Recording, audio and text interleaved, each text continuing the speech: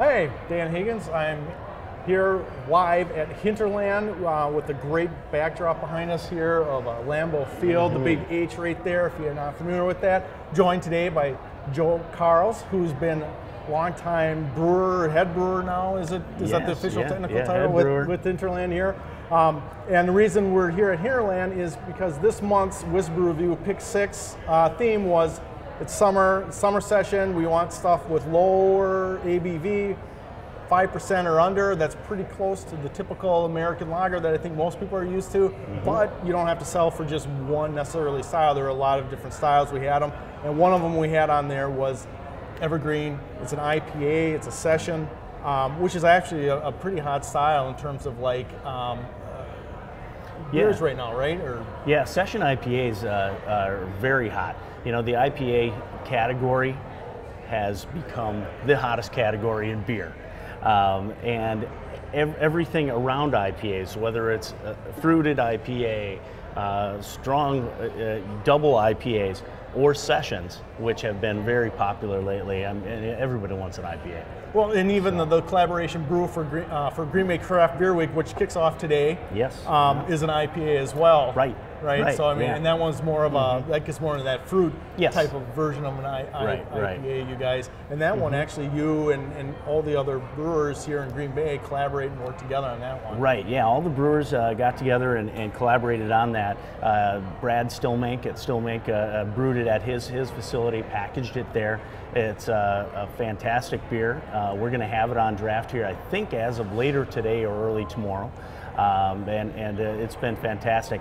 I haven't made it over there very much as you know, because we're opening up this facility. But it's been really a great collaboration over the years. And like you said, it's another IPA. Yep. And it's bottled for the first time, so that's cool. That's something that at the various tap room like that, from my understanding too, will be able to get a bottle of it here too. That way. Once the week's done and once it's out, you can save your bottle. People can take one home. Exactly. Absolutely. Yeah. So, with the IPA too, with a session IPA, the nice thing about being able to go lower like that is, I think it's a refreshing type style beer. It's not, it's the kind of beer that maybe you want more, but typically 6 or 7%. You can really limit how many you can enjoy while you're outdoors or enjoying those long summer days. That's true. I mean, you may want more at 6 or 7%, but really should you have more, right? This, at 4.5%, it drinks bigger than that. And I think that's because, in people's mind, the perception is IPAs with that hoppy flavor and hoppy character, that they're stronger beers, and not necessarily. So it drinks bigger than it is, but at 4.5, after getting off the lawnmower or from behind the lawnmower, this is a really good option. Yeah, I was going to say it's not right. It's not just like, oh, let's just water this down a little bit. Did you guys take your original IPA recipe and kind of revamp it, or is this something you just built from the ground up? No, we built this from the ground up. Okay. And just like everybody else in this industry with the popularity of IPAs, we've done a number of them over the years.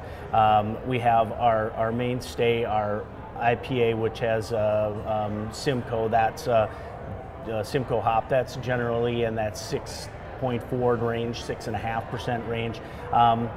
And we also have had another session type IPA, which was our VIT, or our white IPA that we did for a while. Oh, yeah, that's right, and that is a fantastic beer as well. But what happens is we had so many in that category, and you look at where your sales are and what's your bigger sellers, and that was one that we just let go last year, and we will be bringing it back, but we're just giving it some time off. Sure. We built this one from the ground up, and basically what we did, and like you said, you just don't want to take your IPA and water it down. So we knew that being a little bit lighter beer, as far as mouthfeel and alcohol content. We needed to build up the body of the beer. So we built this from the ground up. We used some dextrin malts to give you, and that's what gives you that mouthfeel. And so we did that. We use a couple of different hops within this beer. This is a dry hop with Simcoe as well, so it has that same dry hop flavor profile as our other IPA, our mainstay. But like I said, it just has a different body. It's one of my favorite beers. All right. Okay. And then also right now, but throughout the summer, do you have other? I mean, right now your cherry wheat just came out. Where's that fall? Where's that fall as far as ABV? Is that kind of in that range? Yeah, that's in the right around 5%. Okay. You know, so, yeah. just below. It's just a nice summertime beer. It is by far our most popular release every year. Okay. It takes off. We get people calling for about 4 weeks straight before it's releasing. When is the cherry wheat going to be out? And so it's a very popular beer. But fruit beers right now, just like we were talking about how popular IPAs are, fruit beers are really popular right now. So that helps it as well. Right, and it's not, and when we say fruit beer too, it's not just like fruit, like malt beverage. It's like there's beer and fruit. It's kind of this balance between the two. Right. It's, you know, when you think of a malt beverage like Mike's Hard, something like that, those are clear malt-based beverages with flavors added to them. This is an actual, 4.5% to 5% beer that we produce. It has a really nice flavor profile. It's a wheat beer, about 35% wheat. It has a nice base flavor profile, and then we add real cherries, cherry puree, cherry juice to it after fermentation or post-fermentation. All the cherries that we add to this is from Sequist Orchards up in Door County. Okay. They are just a fantastic company, 5th generation now orchard, run by their kids, over 100 years now, and they supply us with great product to make a great product. So, all right. So one thing I like to do with the brewers is run them through the gauntlet of pick 6 either or questions. So you got to choose one or the other. That's the difficult part of it. The question itself probably isn't, but trying to decide between the two. So maybe this is easy with this time of year, but session or imperial strength with your beers. If you had to pick one. If I had to pick one, session. Session. Yeah. Does that go back to that way? It's. I got to preface this, it also depends on time of year. When people ask me, what's your favorite beer? It depends on the time of year. Well, in the middle of winter and it's cold outside, I want something nice, strong, alcohol, meaty mouthfeel. I want something a little more beefy. This time of year, absolutely a session, but I'm one of those guys who just kind of likes a lighter style session beer anyway, because I can have more. Right. Yeah. I can drink 2 instead of 1, you know? Not yeah, or maybe even more than 2 sometimes. Yeah, well, it's your job. That's right. Job. So, okay, so following that up then, are you going with a liter or a half liter? Oh, I'm half liter all the way. Okay. Yeah, okay. I always, the guys around here will tease me because whenever we're tasting beers or having a beer, I'm a 2 or 3 finger guy, Okay. And so, because then I can try multiple things. I'm always wanting to see how this beer is tasting today, how that batch is tasting, how is it tasting right after we cleaned the draft lines yesterday, that kind of thing. So it's I'm a 2-3 finger guy. So yeah, smaller better. All right. And for people who don't know, the beer sizes here are liter, half liter, and then with those bigger beers that we're talking about, there is a snifter version. Snifter, so yes. when you get in that 10% range. Yeah, that's not responsible. Right, that is really not responsible at all. Absolutely, and this would break. You'd probably have to. My oldest is going to be going to college. It'd take some of his college fund to fill this. Well, there you go. There you go. So that's kind of a fun way to enjoy the year. So you're now been here. You've been brewing since when you started brewing here? In this location, we started brewing in the beginning of March. Okay. Our license, you know, there's the overlap of licenses and stuff like that. So we had to, the last brew at the old location, 313 Dousman, had to be done before March 1st, and we could not brew here until March 1st. Okay. So, so for you know, that whole month of March, we were processing beer out of the old plant because we couldn't brew it, and brewing beer here. So, you know, there was toothpicks in the eyes for that month. Okay, so now you've had a little bit of time to get used to the new system and everything. Brewing here or brewing downtown? Oh, you know what? I have to say here. Yeah. Brand new equipment. The efficiencies are fantastic. No more moving furniture when you need the bottle? Exactly, no more moving furniture. Oh man, you know, the restaurant manager, Rob, would come up and say, you know, the restaurant's opening in a half hour, and so we're scrambling to get all of our things out of the restaurant at the old place. So the efficiencies here are much better. And like I said, the brand new equipment and things like that. But I'll tell you what, I really like that old place as well. It has great memories. We put a lot of stuff in that building, a lot of equipment, and we brewed a lot of good beer over the years. And you know, I think you know, Copper State, they're going to do well there. Yeah. And did you? I mean, were you brewing? And that actually, this is technically the third location for Hinterland, right? Correct. Yeah. And were you at the original in Denmark, and then moved there, and then moved here? Yeah, okay, we were in Denmark. I joined Bill almost a year after he opened up in Denmark. I joined him in '96 at in Lang's Corners at the Steve's Cheese building, and we were there until '99. We renovated the building downtown in 1999, moved down there, and we're there for, how many years is that? 18 years? Yeah. So, I suppose it's not, I mean, I suppose from the outside, it's always easy to say, oh, you got the newest stuff, the new equipment. I mean, there is that part of it, but yet it's hard to, 18 years. That was home for 18 years. Right, it's like when you sell a house and you move to the next one, you're like, there's always those moments like, oh, I remember, you know, whatever it was. And you know, and I take a different route to get here than I did to the old brewery. And I found myself more than once going to the old brewery in the morning, you know, just not thinking about it. What am I doing, you know? Because I'm going on the other path, you know. I haven't pulled into the into the parking lot and tried to get in the building yet. So, that's good. They probably welcome you in though. They're like, hey, by the way, as long as you're here. Can you answer a question about this piece of equipment, you know?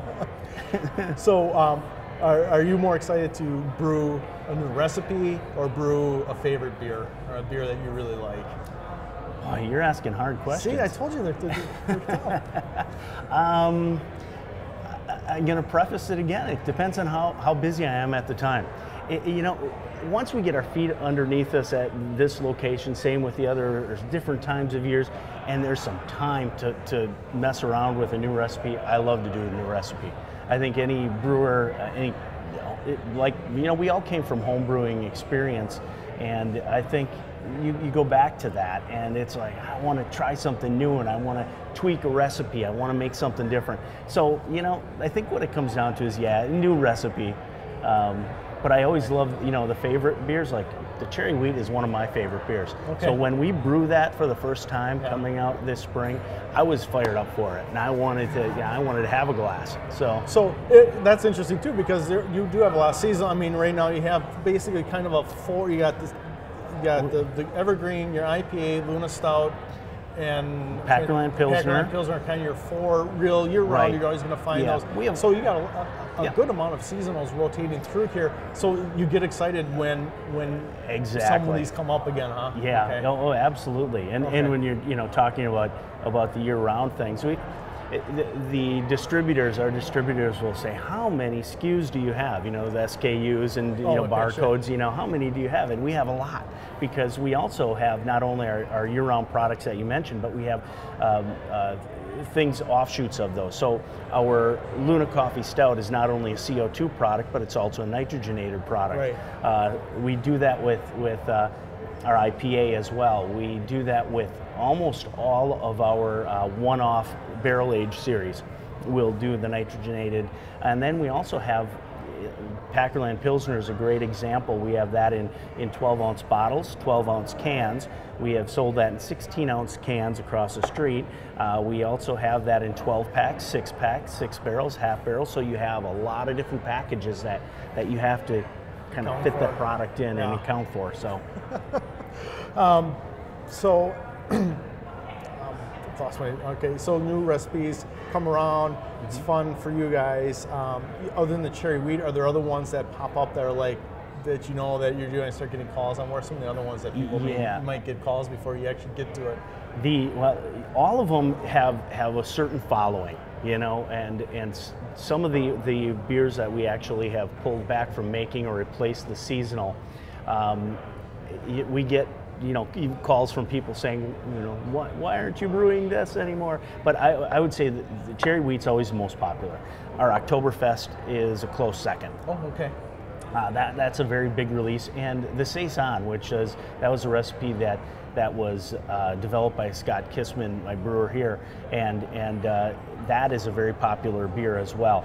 The sell-through on a lot of those other seasonals like the Saison isn't great throughout the whole year, but we get this dedicated following that, you know, we would be in trouble if we didn't brew it, you know, and it's such a great beer, so we do it anyway. So we technically have 5 seasonals, right? Because we slide that Saison in there for the summer months as well. Okay. So and one that doesn't get canned or bottled, but I'm guessing gets a lot of demand is that maple bacon barrel. I mean, because there's a process there, yes, right? I mean, you can't do it, but I'm guessing that one gets a lot of attention. It does, and that beer, that was something again that Scott he took our Firkin and Pin program and kind of brought it to another level. And then we had some great young guys in our brewery, Joey Brostowitz, Big Joe Shanahan, and they're young, you know, young minds thinking of different things they could do, and they flourished with that program. And that was one that they came up with, and Scott came up with, you know, where we had the kitchen involved, and they took bacon fat and they rendered it down, and they purified it and took, you know, most of the oil out of it. So we had this very flavorful smoked bacon product, and it you know, you might say, wow, that sounds kind of gross in a beer. It's not. It's really good. Well, just ask yourself, would I eat bacon and drink beer? Well, yes. Absolutely. Obviously, so cut out the, you know, we're saving you a step here. And actually, that's going to come up, I think, later this week at, is that going to be available here? I know there's one at Craft Beer and Burger Place on Sunday, but is that the only chance for people to That is the only location that we're going to have that particular product. There you go. There you go. That's where you want Sunday. Yep. And that's the Sunday one at that's the Brick House. Right? Yes. Craft Beer and Burgers. Yes. There's so many events going on this week. My mind is spinning. You know, and then trying to remember the names of the places and everything.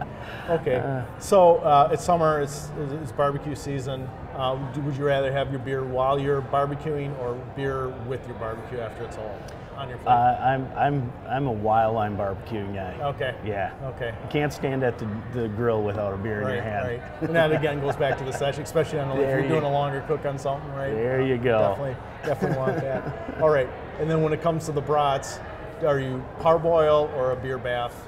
Which way do you? I'm a beer bath guy. Okay. Okay. And anything else in there, or is there a particular beer that you like to use with that, or just kind of whatever I got in the beer fridge? No, I actually like Pilsner beer. Okay. So I'll take our Packerland Pilsner with some onions and do that.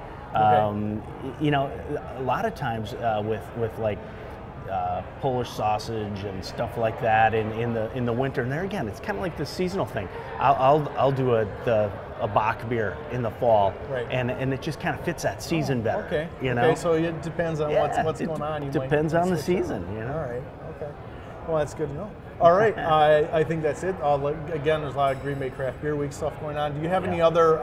We mentioned the maple, which is very limited, again because of the process to make that, which is of course that also helps, doesn't it? Like contribute to the legend of it, you know, because it's like let's go to be there. Absolutely, it does. Do you have what are some of the beers that you have on tap right now? You got a lot of beers on tap. Do you have anything everything. We do, and for Craft Beer Week, we are also doing the Firkenfest at Ridgeview Liquor is this Saturday. That's the other Saturday. big. That's really Yeah, big. that's a big one. That's kind of the anchor of the whole week. Here. Right, and that one we're going to have mostly dry hop things. So we were experimenting with some different dry hops. We're releasing a brand new, get this, a brand new IPA. Wow. We test marketed it last fall, and it's using a Citra hop, which is a very popular hop. Yep. And so we're coming out with a Citra IPA, and so we're doing a double dry hopped Citra IPA for that event, as well as a couple other things that Scott came up with. But that's the big one coming out. So. Yeah, we have a lot of beers on tap right now. We saved, just for our grand opening time of year, we saved a lot of things. Our bourbon barrel program, we have the bourbon barrel lunatic, we have the bourbon barrel barley wine nitro version. We have what else? Stovepipe was on. That's another so I think some of those are almost gone now, but yeah, so we saved up some things so we'd have some things on tap that are a little special. Anything else super cool that you're excited about doing as a brewer here that you're allowed to do here, maybe that you weren't able to do because of limitations downtown? Well, you know, I think what's really nice is just being able to schedule my days a little bit different. Being able to work, you know, if we have to, we packaged till 5:30, 6 o'clock one day last week. We couldn't have done that at the old location. Yeah, 5 in the evening. Well, normally when we're packaging at the old location, we had to be out of that restaurant area. So, you know, we were limited on what we could do. Just being able to brew the capacity of beer that we're brew to capacity the beer that we're brewing is fantastic. And yeah, I'm just excited about this new location, being across the street from Lambeau, and I'm really excited about the events and the Packer games, but I'm a little bit scared too what's going to happen. Do you have any guesses of what's going to be the beer that people are going to be ordering when they stop in here on game day, or ones you're guessing that you're going to have to ramp up? Make sure you don't run out of? Or? I'm guessing IPAs. Yeah. So I can see the Evergreen just flying through it, and we sell Evergreen and our IPA in 16-ounce cans at the stadium. So there's some familiarity, even if they're not familiar with Hinterland, they're familiar with our product that's there. And Packerline Pilsner. That's going to be one of those items that we'll have out there. We still haven't decided exactly how we're going to set up for the big crowds. You know, one of my idea was, let's just have big troughs of beer outside, and you know, in cans, and people can come by and just grab them and grab one. You know. Yeah. So. Well, you get a little bit of a taste of that, I suppose, with Billy Joel too, coming up later this month. Right. In June. Yeah, in June. Not this month. I'm already in June apparently. I'm waiting for the warm weather to show summer. up. Well, like I did this story now. I cursed it. Like we went to the so if there's bad weather, you know, it's like I was ready for 70-degree weather by now, and we were stuck in the 60s. Yeah, I hear you. All right. Yeah. Well, so. Thanks for your time. Pleasure, Dan. Thank you. Stop on down. Otherwise, you guys are all over the state. And so you're going to be able to find Evergreen pretty much anywhere you can find your craft beer.